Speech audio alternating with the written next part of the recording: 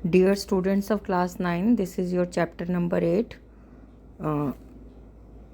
Force and Laws of Motion, and this is example number 8.2, page number 94।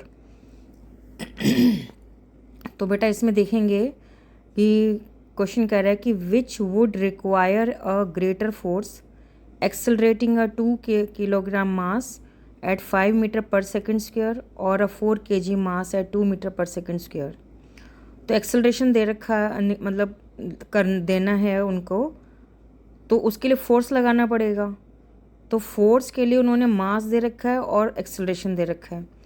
दो अलग अलग मास की बॉडीज़ हैं, दो अलग अलग एक्सेलरेशन है। अब हमें ये बताना है किस में फोर्स ज़्यादा लगेगा।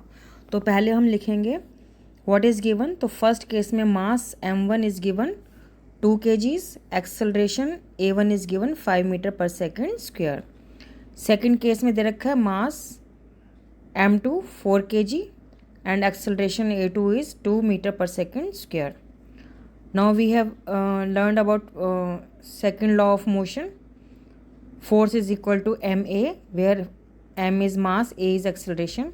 तो फर्स्ट केस में हम फोर्स निकालेंगे F1, क्योंकि फॉर्मूला तो हमारा यही रहेगा।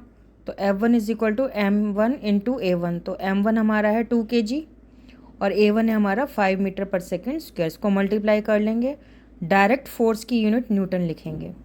सेकंड केस में F2 निकालेंगे, m2 दे रखा है 4 kgs, a2 दे रखा है 2 metre per second square. Values put करेंगे, डायरेक्ट मल्टीप्लाई करेंगे और डायरेक्ट उसकी यूनिट लगा देंगे न्यूटन। तो हमने देखा कि फर्स्ट केस में जहाँ पे 2 kg मास था वहाँ पे 10 न्यूटन का फोर्स चाहिए, और सेकंड केस में जहाँ 4 kg मास था वहाँ पे 8 न्यूटन का फोर्स चाहिए।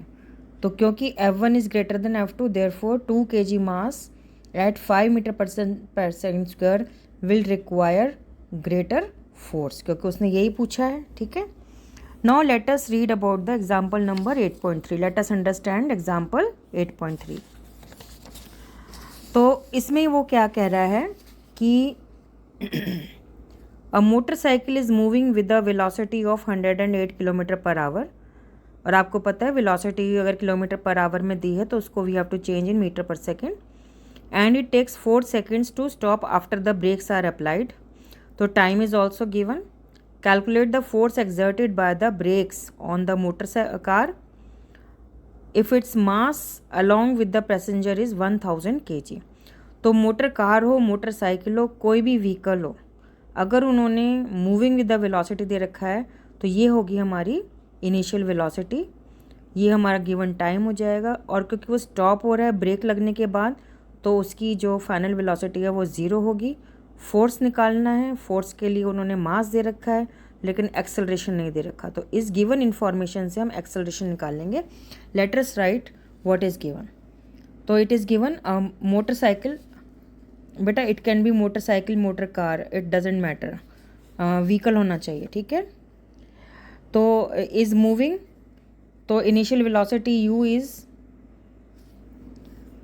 108 किलोमीटर पर आवर। इसको हम मीटर पर सेकंड में चेंज करने के लिए 108 को हम 1000 से मल्टीप्लाई करेंगे, 1 आवर को 3600 से मल्टीप्लाई करेंगे तो ये मीटर पर सेकंड में चेंज हो जाएगा। जब आप इसको कट करेंगे 00 तो 36 3 108 हो जाता है, तो 30 मीटर पर सेकेंड आ जाता है। Now brakes were applied, so final velocity v is equal to 0 for this thing. जो है टाइम टेकन है उसको स्टॉप होने में t इज़ 4 seconds। तो आपको पता है सेकंड को भी s लिखते हैं, डिस्टेंस को भी s लिखते हैं, तो आपको बिल्कुल क्लियर होना चाहिए ये सेकंड है और मास दे रखा है 1000 किलोग्राम।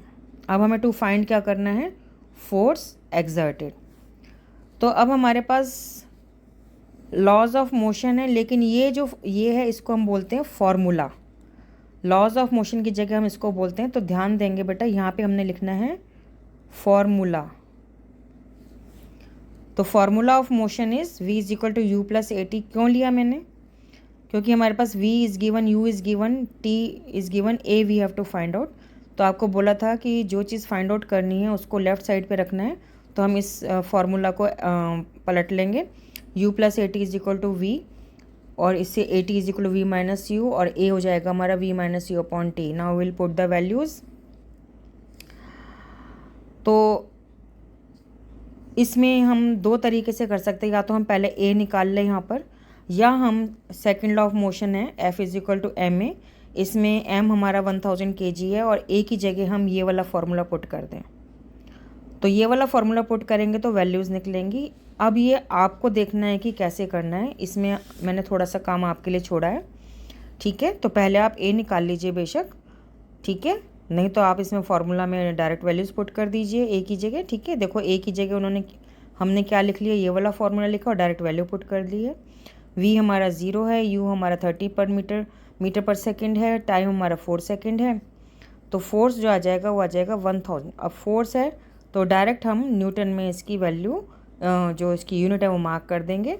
तो वैल्यू कैलकुलेट करेंगे 1000 इंटू -30/4 माइनस, अब ये 4 से 1000 काट दिए, 250 इंटू 30, इसको मल्टीप्लाई करेंगे -7500 न्यूटन आ जाएगा।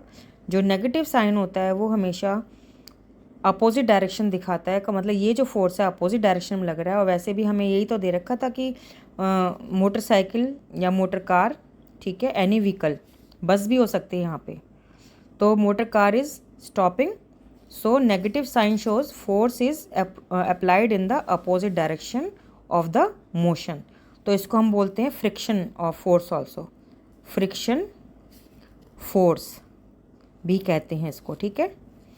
तो ये आपका क्वेश्चन हो गया, ये उसने पूछा था, ठीक है बेटा।